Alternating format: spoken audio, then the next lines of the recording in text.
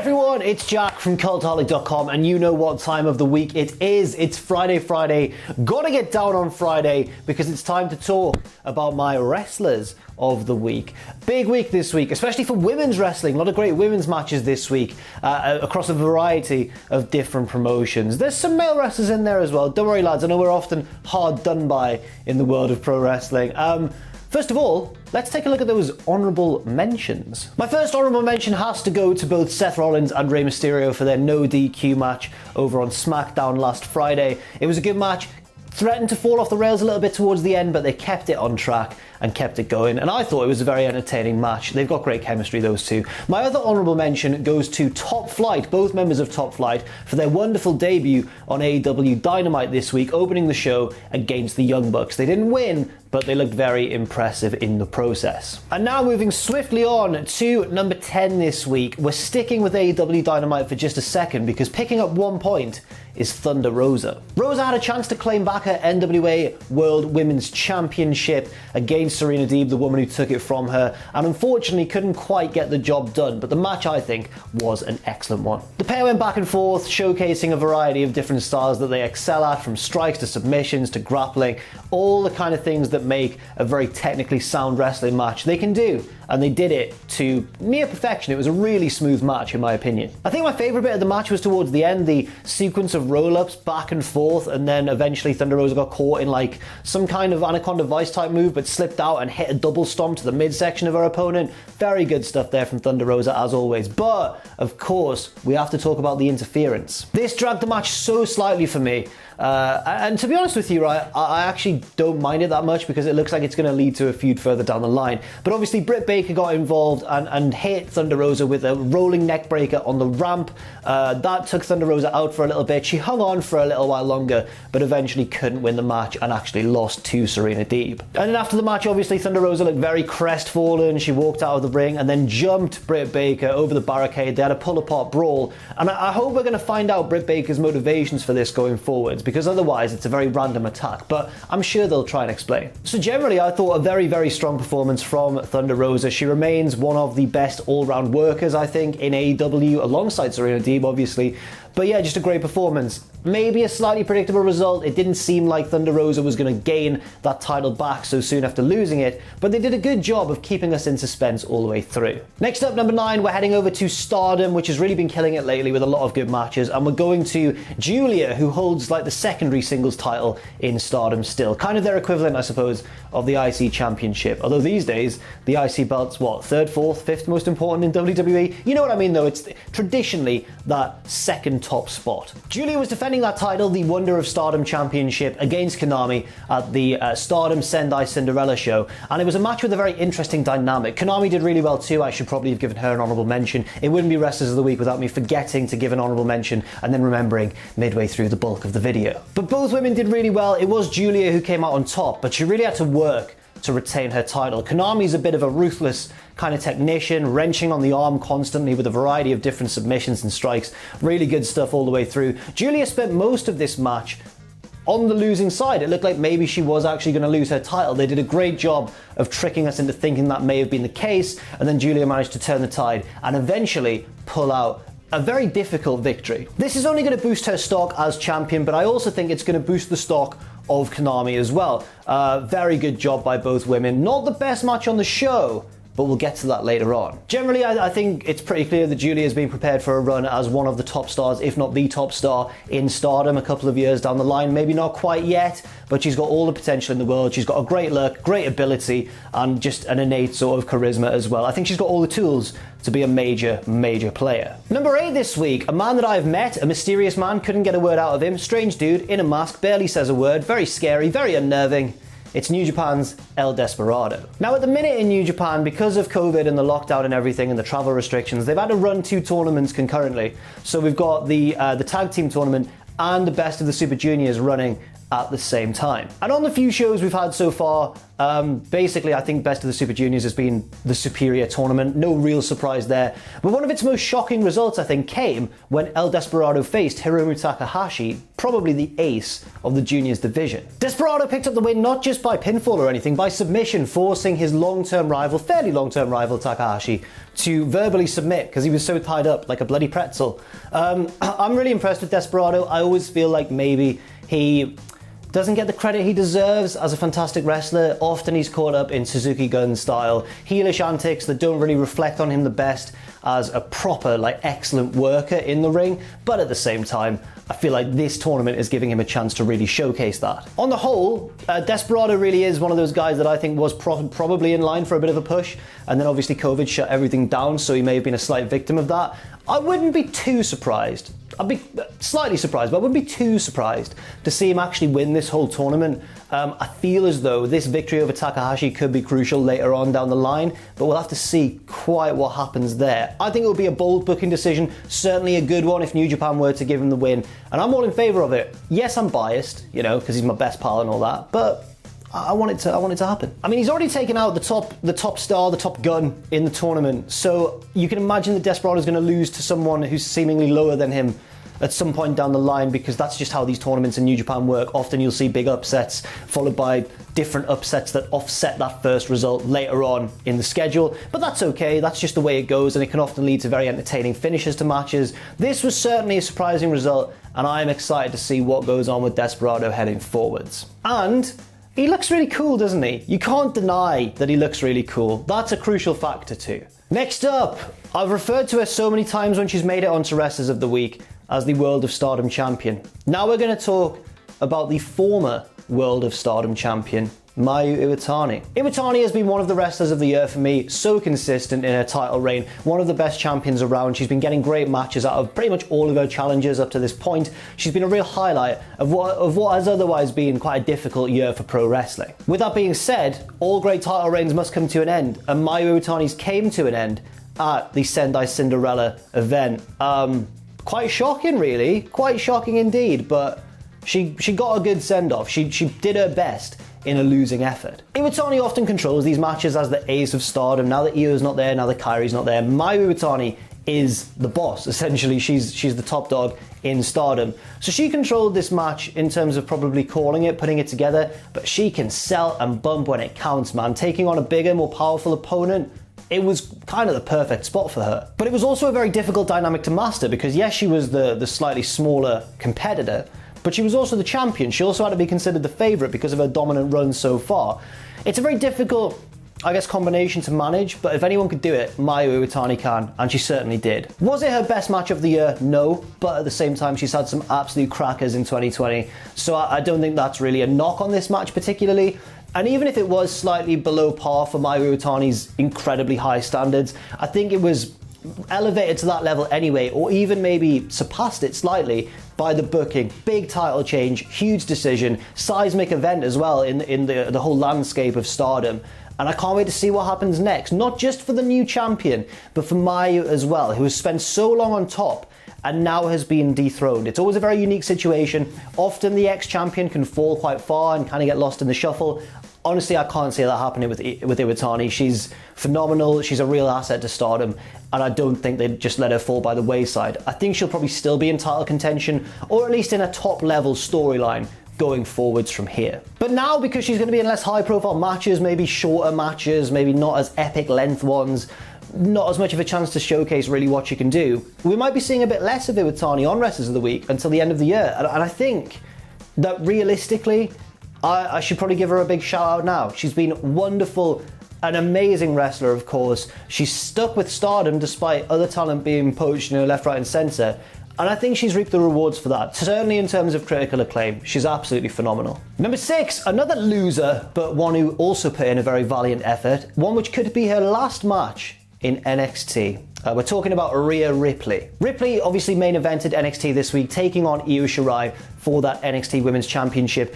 A belt with which Rhea has had a kind of difficult relationship, I want to say. Obviously, she won it in tremendous fashion, beating Shayna Baszler, her huge moment. She was gonna defend it at WrestleMania in a packed stadium. That never quite happened. And then obviously she lost that WrestleMania match, which she seemed really to be built up to win against Charlotte Flair. That was very disappointing for many fans, including myself. I thought Rhea deserved to win that match.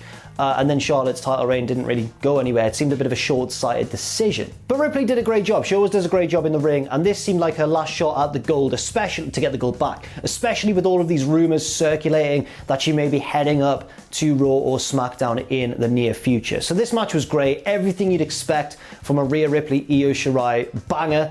They really left it all out there, and again, that really fuels my belief that this is indeed her last NXT match, because she went all out to prove what she can do. And the scenes after the match as well, I think, also proved that a little bit, because obviously they showed respect to each other, they hugged on the ramp, it was all very emotional, and I don't think they'd have done that after just any title match. I think this one did have some underlying significance that perhaps we were supposed to pick up on. After this, will Rhea Ripley succeed on Raw or SmackDown should those rumours be true?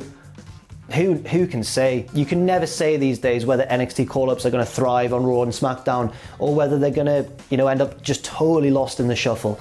I hope, because of her promise and her ability, that Rhea does get a chance to shine. And I feel like she's got a decent chance if she ends up on Raw. The reason I say that is because at the moment we've got a little bit of a vacuum, not so much a vacuum, but a lack of momentum at the top of Raw's women's division. Asuka has been uncharacteristically quiet recently, shortly after being kind of WWE's jack of all trades during the early stages of the lockdown era, but now she's taken a bit more of a backseat, strangely, and really apart from her, who are the other prominent women on the Raw roster? I mean, Nia and Shayna, but they're the tag team champions. Alexa Bliss, of course, but she's aligned with The Fiend. She doesn't seem to be wrestling too much at the moment.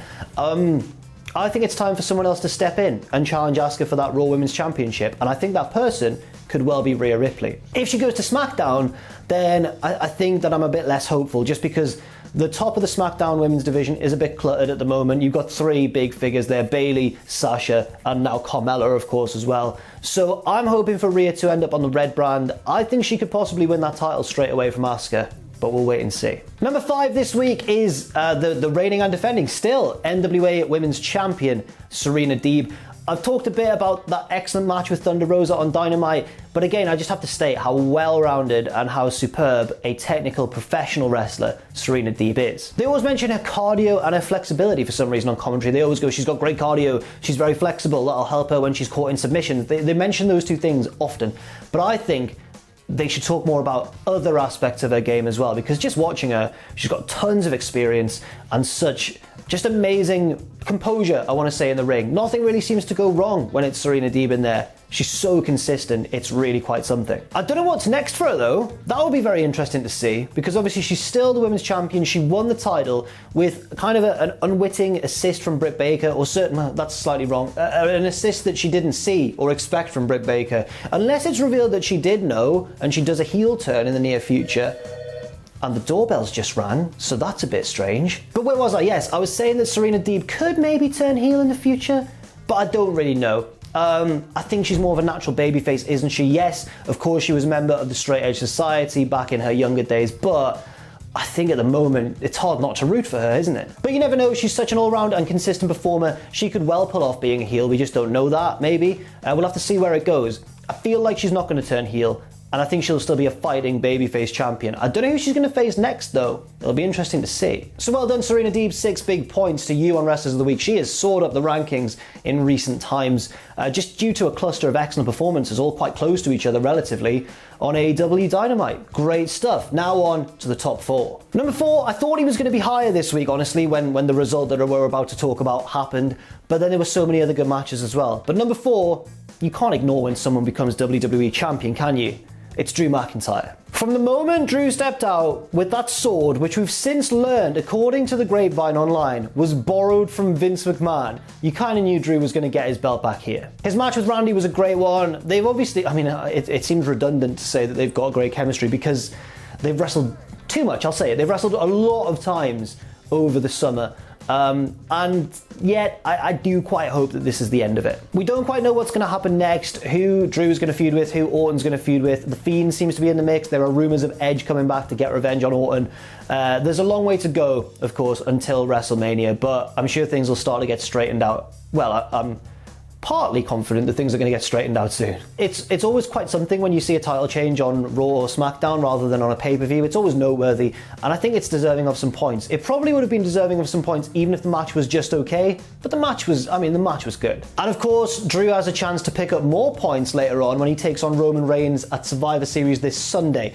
A match which I am not too confident of him winning, but a match that I still think could be a very interesting one, especially because it's the reverse of that dynamic we saw at WrestleMania 35, I want to say, or was it 36?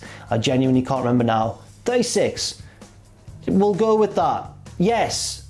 No. I'm going to have to Google it. Damn. WrestleMania 35, of course. WrestleMania 36 was this year. I was caught between 34 and 35, but I said 36 by accident. It was WrestleMania 35. Drew was the heel, Roman was the babyface. It was a match that was decent, but it was caught in the middle of a very long WrestleMania, a lot of draining, long matches.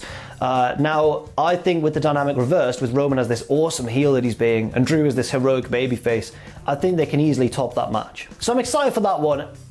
I do kind of regret only putting Drew fourth this week, but at the same time, the booking has dragged it down slightly for me. They've hotshotted the title to Randy and then back to Drew, and it seems like they've done it for no real reason. Ross has got an interesting theory that it was to boost Orton's numbers so he gets closer to Ric Flair's record and John Cena and all that sort of thing, which is possibly true actually, but at the same time it did not help the storyline for me at all. I think that feud should have ended much sooner, and I think that Drew should have been facing some fresh competitors over the past couple of months. Now though, on to number 3, and still the NXT Women's Champion, Io Shirai. As I mentioned, great match on NXT between Io and Rhea. One of my favourite matches of the week, obviously. And I think that Io continues to be one of the best NXT Women's Champions ever, but that's such a hard thing to determine because there's been so many good ones. It's been one of the best titles in recent memory. I mean, just look at the list. We had Sasha, Bayley, Charlotte, the first reign, not the latter one. We had Rhea, we had Shayna, we had Kairi. All very, very good champions. Kairi's reign was quite short actually, but she was a wonderful champion still in my opinion. Io's up there, but I can't rank them because it's so hard. But I definitely think that she deserves to be in the conversation. And this match is another step towards proving it. Wonderful stuff again from Io Shirai, one of the most complete wrestlers in NXT, which is a brand full of complete wrestlers obviously, but she just knows what she's doing all the time. I thought this was a great affair, hard-hitting, competitive, potentially Rhea Ripley's last match in NXT, of course, so it had that emotional weight to it as well, subtly, until the ending when they hugged and everything. And I think that Io winning was the right decision. Even if Rhea wasn't going up to Raw or SmackDown, I still want to see Io Shirai's reign continue. I'm glad it main evented, but they really had to squeeze that angle in afterwards, didn't they? Which kind of took away a little bit from Io and Rhea's moment with Finn Balor coming along, having words with Pat McAfee and his stable, then bringing out the Undisputed Era, and then Regal in a web exclusive announcing War Games! Which is really exciting, obviously, but it all happened really close together. I think Balor was in the ring before Io had really left, actually, and you know, it's fine. I just think if they'd structured the show a little bit better, maybe. I don't know. I mean, I know, actually, I've had experience of how hard it is to structure a wrestling show, and man, don't want to go through that again. Number 2, well, most people on this list have had one great match this week. This wrestler, I think, had 2 great matches. We're going back to New Japan, back to the best of the Super Juniors tournament, and we're talking about one of my favourite wrestlers in the world today, Hiromi Takahashi. Yeah, Takahashi had 2 great matches. I've already focused on that one, which was a loss to El Desperado, but there was another match that was really good too, his opening bout of the tournament, I believe, against Taiji Ishimori. Now, Takahashi and Ishimori are not strangers to each other. They obviously clashed in that excellent Best of the Super Juniors final a couple of years ago. That was wonderful when they went up the steps of Korakuen and Takahashi was just busting out all kinds of crazy moves.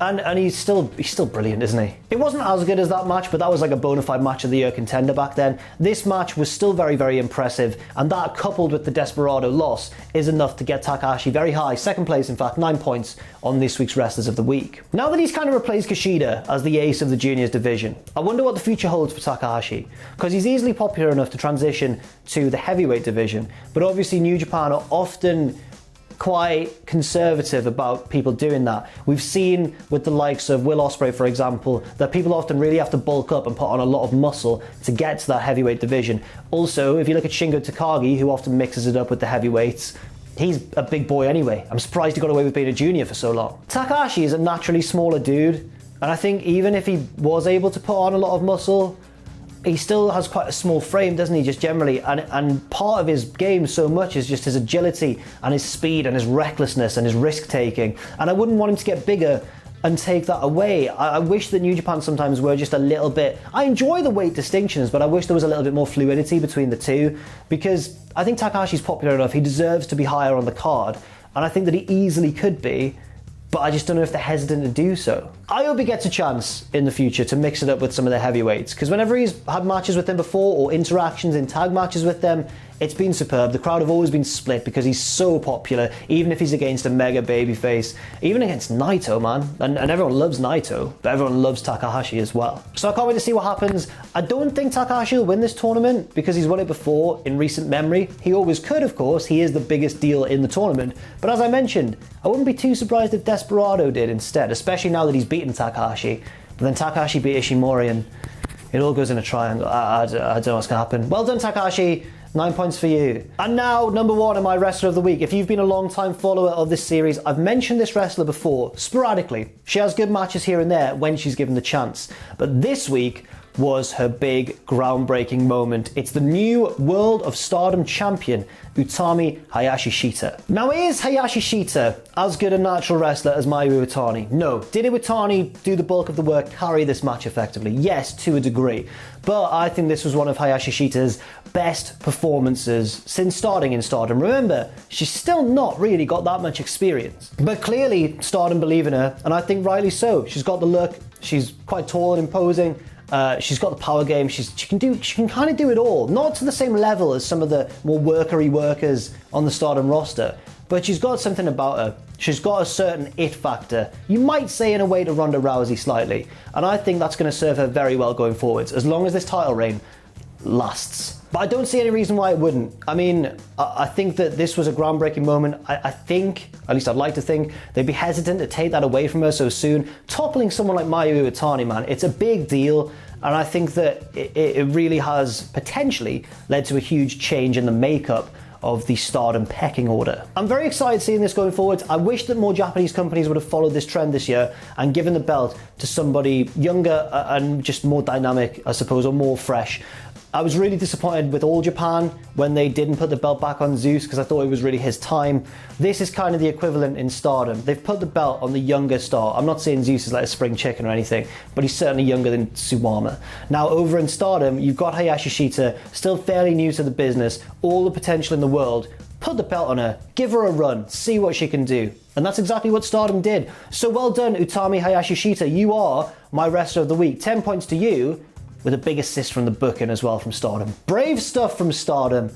Very good. And that is my Wrestlers of the Week top 10, but now let's take a look at that league table. Not much change at the top. We've still got Cody, Moxley, Shingo and Kenny Omega and Drew McIntyre in that order, with Keith Lee pushing them close in 6th place and Finn Balor just behind him. But a little bit further down, it's all kind of changing around. Io Shirai has leapt up there, Takahashi has leapt up there back in the joint 11th alongside Tanaka. We've got Mayu Iwatani in the mix as well in 16th, perhaps slightly underrepresentative of how wonderful she's been this year. And rounding out the bottom, of course, we've got Darby Allin, the TNT champion, who lost this week in that tag match, and of course Tetsuya Naito in 20th place. So that's it for now. Thank you very much for watching Wrestlers of the Week. I have been Jack from Cultaholic.com.